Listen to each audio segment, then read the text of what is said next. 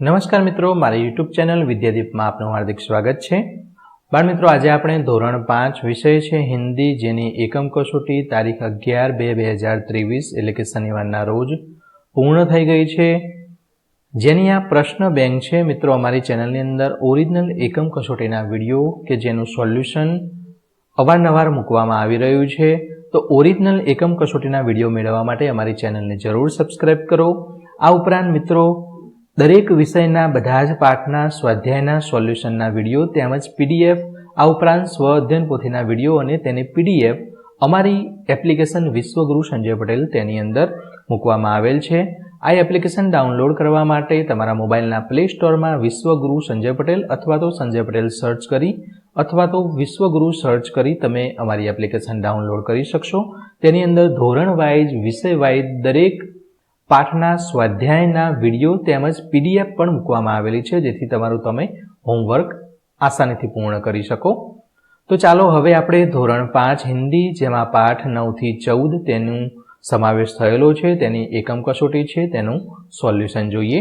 प्रश्न 1, सही विकल्प चुनकर प्रश्नों के उत्तर दीजिए। અહીં 4 विकल्प आपेला છે। साचो विकल्प होय ते અહીં હું बोलीश। पेलू छे कलगीदार सब्जी कौन सी है, तो बैगन आएगा। दूसरा, सब्जियों का राजा कौन है, आलू। नीचे दी गई सब्जियों में से हलवा किससे बनता है, तो गाजर। चौथुं, कैसा शोर पाठ में कौन आपस में चर्चा कर रहे हैं, तो तेमां सब्जी आवशे। पांचवुं छे पेड़ शब्द का समानार्थी शब्द क्या है, तो पेड़ का समानार्थी शब्द वृक्ष होता है। छठुं, पृथ्वी हमें क्या सीख देती है, तो सच्ची सेवा करने की सीख देती है। हवा के झोंकों से हमें क्या सीख मिलती है, तो ऑप्शन बी, कोमल भाव बहाते रहने की सीख मिलती है।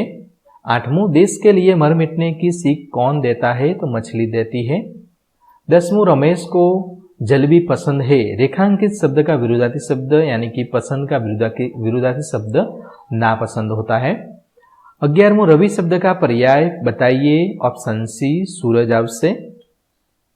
12वां छे अब्दुल कादिर को सच बोलने की बात किसने सिखाई थी। ऑप्शन सी, उसकी मां ने सिखाई थी। 13वां छे लड़के ने असरफिया कहाँ छिपा रखी थी। ऑप्शन ए, सदरी में।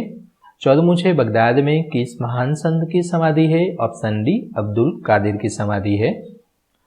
आगे 15वां छे काफिला खाली जगह की ओर जा रहा था, तो बगदाद की ओर जा रहा था। Option C.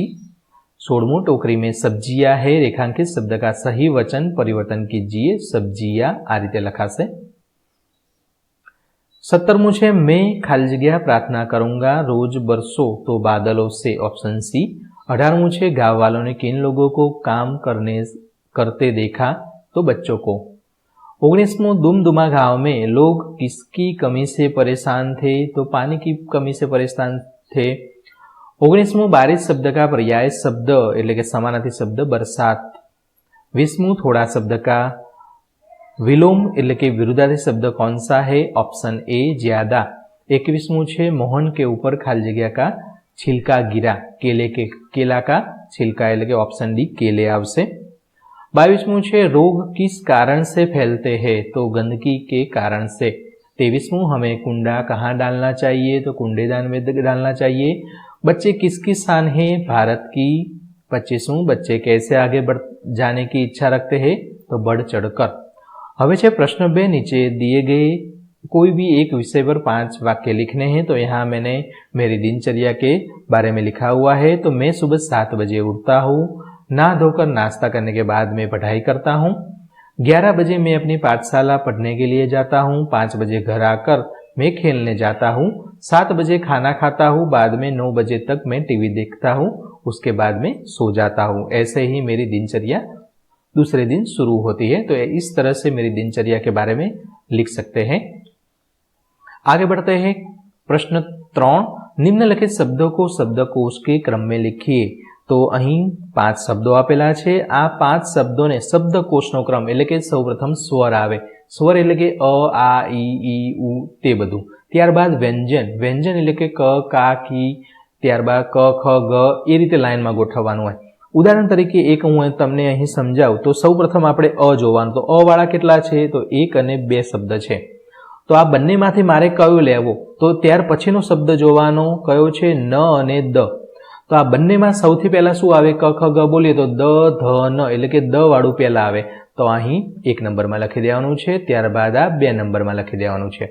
હવે અ પછી આ આવે તો આ છે તે 3જા નંબરમાં લખવાનું છે. હવે બાકી 2 બચ્યા તો તેમાં બંનેમાં ક છે. તો ક પછી આપણે બીજો શબ્દ જોવાનો. તો બીજો શબ્દમાં શું આવશે? તો બીજા શબ્દમાં શરૂઆતમાં વ્યંજન કથી જ શરૂ થાય છે, માટે ક વાળું કકડી પહેલા આવશે અને ત્યારબાદ કનેર આવશે.